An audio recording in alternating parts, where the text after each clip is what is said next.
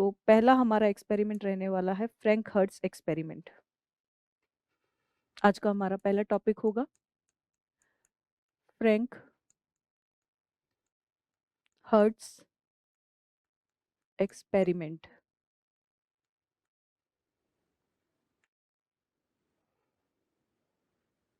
या Franck Hertz प्रयोग।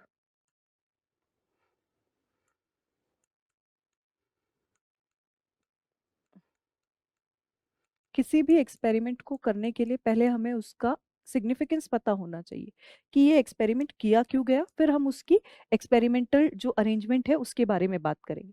अगर हमको पहले फ्रैंक हर्ट्ज एक्सपेरिमेंट पढ़ना है तो फ्रैंक हर्ट्ज एक्सपेरिमेंट में हमें ये पता होना चाहिए कि ये एक्सपेरिमेंट हमारे किस काम आता है और इसमें किस मेथड के थ्रू आप क्या करते हैं, उस एम को पूरा करते हैं। तो फ्रैंक हर्ट्ज एक्सपेरिमेंट जो है या फ्रैंक हर्ट्ज प्रयोग जो है वो काम हमारे आता है किसमें, आप जो डिस्क्रीट एनर्जी लेवल्स है उनके बारे में पता कर सकते हो। हमें पता है कि कोई भी स्पेक्ट्रोस्कोपी है उसमें जितनी भी वेवलेंथ्स होती हैं या तरंगदैर्ध्य होती है उन सब से एसोसिएटेड अलग अलग एनर्जीज होती हैं और उन एनर्जी लेवल्स को आप किस तरीके से अरेंज करते हो वो आप फ्रैंक हर्ट्ज एक्सपेरिमेंट में समझते हैं। जिसके लिए आप कैथोड जो आपके पास में प्लेट होती है वहां से इलेक्ट्रॉन्स का एमिशन बाय थर्मियोनिक मेथड करवाते हो, कैथोड प्लेट से इलेक्ट्रॉन का उत्सर्जन करवाते हो। किसके थ्रू? जो आपका तापायनिक उत्सर्जन होता है यानी टेम्परेचर देके इलेक्ट्रॉन निकालना, उसके थ्रू। तो फ्रैंक हर्ट्ज एक्सपेरिमेंट का एम क्या है? It finds it finds discrete energy levels.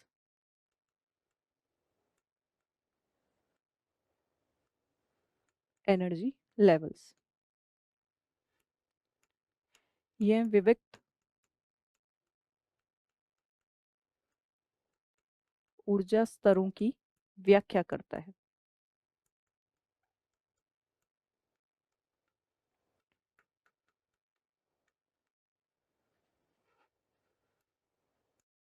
Electron emits by thermionic emission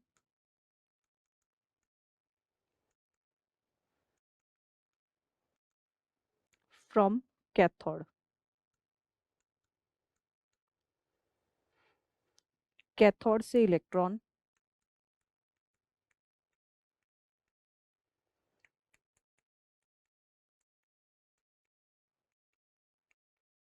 तापायनिक उत्सर्जन से उत्सर्जित होते हैं।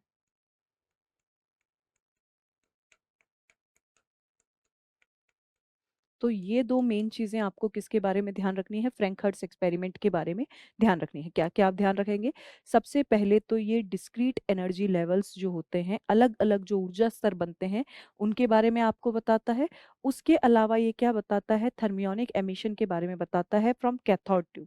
कैथोड से क्या होगा? इलेक्ट्रॉन एमिट होते हैं, फिर ये इलेक्ट्रॉन किसी दूसरी प्लेट पर जाते हैं। मीनवाइल ये जो इलेक्ट्रॉन का एमिशन होता है ये थर्मियोनिक एमिशन या तापायनिक उत्सर्जन के द्वारा होता है। अब आपको ये पता होना चाहिए कि व्हाट इज थर्मियोनिक एमिशन, तापायनिक उत्सर्जन क्या होता है। जब भी आप किसी मेटेलिक सरफेस या धात्विक पृष्ठ को टेम्परेचर देते हो तो उसकी सरफेस पर जो इलेक्ट्रॉन प्रेजेंट है उनके बॉन्ड्स क्या हो जाते हैं? लूज हो जाते हैं। जब भी आप किसी धातु को क्या दोगे? ताप दोगे, तो उसके पृष्ठ पर मौजूद इलेक्ट्रॉन जो है उनके बंध थोड़े से ढीले हो जाते हैं या बॉन्ड्स थोड़े से लूज हो जाते हैं और वो इलेक्ट्रॉन इजीली क्या हो जाते हैं? एमिट होते हैं। यानी किसी भी मेटेलिक सरफेस को टेम्परेचर देके इलेक्ट्रॉन को एमिट करवाने की जो प्रोसेस होती है उसको थर्मियोनिक एमिशन बोलते हैं या तापायनिक उत्सर्जन बोलते हैं। अब इसका एक्सपेरिमेंटल अरेंजमेंट क्या होगा? एक्सपेरिमेंटल अरेंजमेंट करने के लिए सबसे पहले आपने बोला कैथोड के थ्रू इलेक्ट्रॉन को एमिट करवाना है तो आपको एक कैथोड की जरूरत पड़ेगी।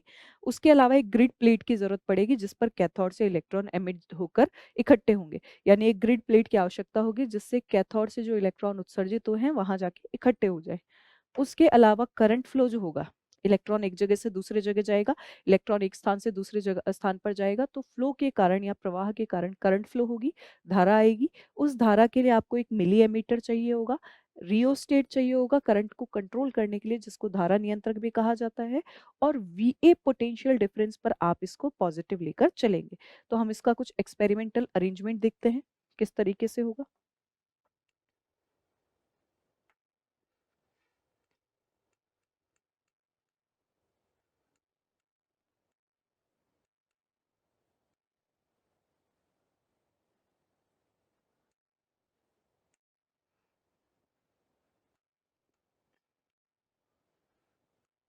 प्रायोगिक व्यवस्था।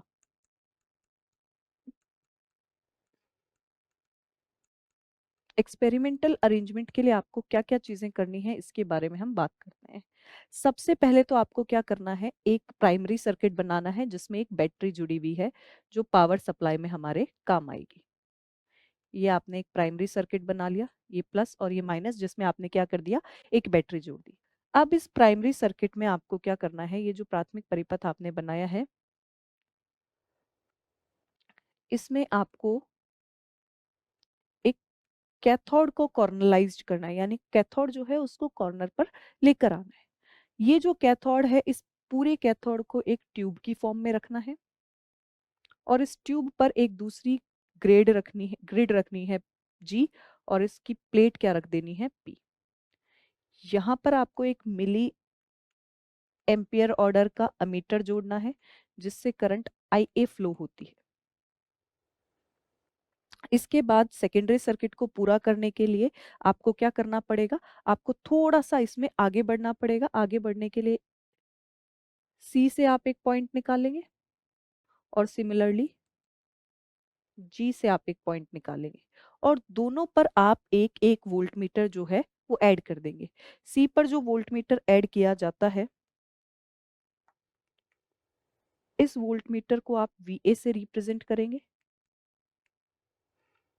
और यहाँ P के साथ जो वोल्ट मीटर ऐड किया जाता है उसे आप V से रिप्रेजेंट करेंगे और इन्हें आपस में आप जोड़ देंगे। यानी आपको दो वोल्ट मीटर जोड़ने हैं, एक तो VA और इसको VR मान लेते हैं। ये भी प्लस माइनस में होगा और ये भी प्लस माइनस में होंगे, दोनों वेरिएबल होंगे, दोनों को आप क्या कर सकते हो, चेंज कर सकते हो। अब ये जो VA आपके पास में क्या है, पोटेंशियल है, इसको कनेक्ट करेंगे हम एक रेजिस्टेंस और अगेन एक बैटरी से। ये तो आपके पास रेजिस्टेंस हो गया और इसको एक बैटरी से कनेक्ट करेंगे।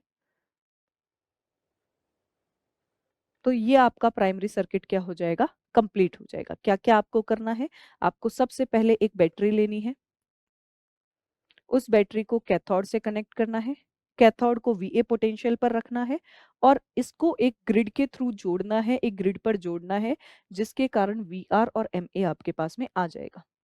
अब एक्सपेरिमेंट है क्या, इसके बारे में बात करते हैं। सबसे पहले क्या होगा, इलेक्ट्रॉन एमिट होंगे फ्रॉम कैथोड,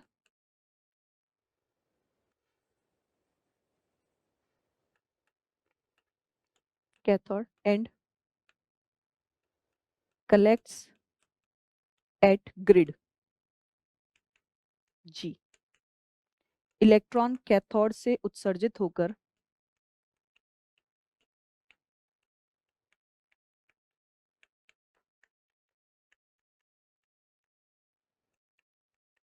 ग्रिड G पर एकत्रित होंगे। इसके बाद क्या होगा, इसके बाद यहाँ पर आपको ये ध्यान रखना है कि जो इलेक्ट्रॉन आपके ग्रिड जी पर इकट्ठे हुए हैं, जी का पोटेंशियल हमने VA रखा है।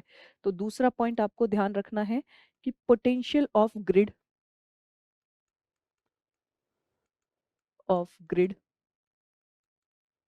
G इज केप्ट VA, यानी ग्रिड जी का विभव VA जो कि पॉजिटिव वैल्यू है पर रखा गया है। अब क्या होगा, ये इलेक्ट्रॉन जो एक जगह से दूसरे जगह गए हैं, यानी इलेक्ट्रॉन्स का जो फ्लो हुआ है उसके कारण एक करंट आएगी और ये करंट आप मिली एम्पियर ऑर्डर की लेंगे जिसको मिली एमीटर से आप रीड कर सकते हैं। यानी current is measured by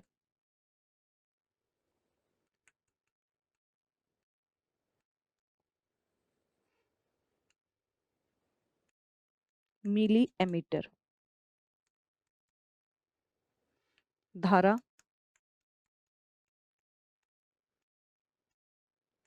milli ammeter द्वारा मापी जाएगी। तो ये तीन आपको यहाँ पर एक्सपेरिमेंट के अंदर प्रोसेसेस या एक्सपेरिमेंट के अंदर स्टेप्स ध्यान रखने हैं कि सबसे पहले आपको क्या करना है, थर्मियोनिक एमिशन करवाना है। यानी जो फर्स्ट जो आपकी बैटरी थी ना, ये वाली, इसको आपको क्या देना है, टेम्परेचर, जिससे कैथोड से इलेक्ट्रॉन किस पर जाएंगे, ग्रिड पर जाकर इकट्ठे हो जाएंगे। जब ये इलेक्ट्रॉन एक जगह से दूसरी जगह मूव करेंगे तो जी का पोटेंशियल वीए जो कि पॉजिटिव है रखा जाएगा कांस्टेंट, और ये जो आपके पास में मिली एम्पियर ऑर्डर का करंट है यहाँ पर आपको मिलेगा। ये जो मिली एम्पियर ऑर्डर का करंट है, ये मिलने के बाद ग्रिड पर आपको पता है इलेक्ट्रॉन का फ्लो होगा, यानी मोशन होगी, गति होगी, जिसके कारण काइनेटिक एनर्जी जो है वो इकट्ठी होगी। काइनेटिक एनर्जी का फॉर्मूला होता है half M V one square. इसके थ्रू आपके पास में काइनेटिक एनर्जी जो है पोटेंशियल और टोटल एनर्जी की डिफरेंस की फॉर्म में आपको मिलेगी। तो kinetic energy at grid G for storing electron, grid G पर एकत्रित इलेक्ट्रॉन्स की गतिज ऊर्जा।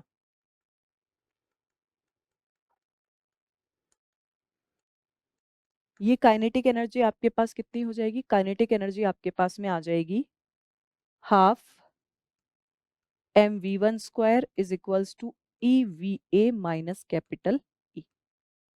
सपोज किसी भी कंडीशन में ई वी ए और ई बराबर हैं, तो उस केस में तो half M V square zero, यानी काइनेटिक एनर्जी जीरो आ जाएगी।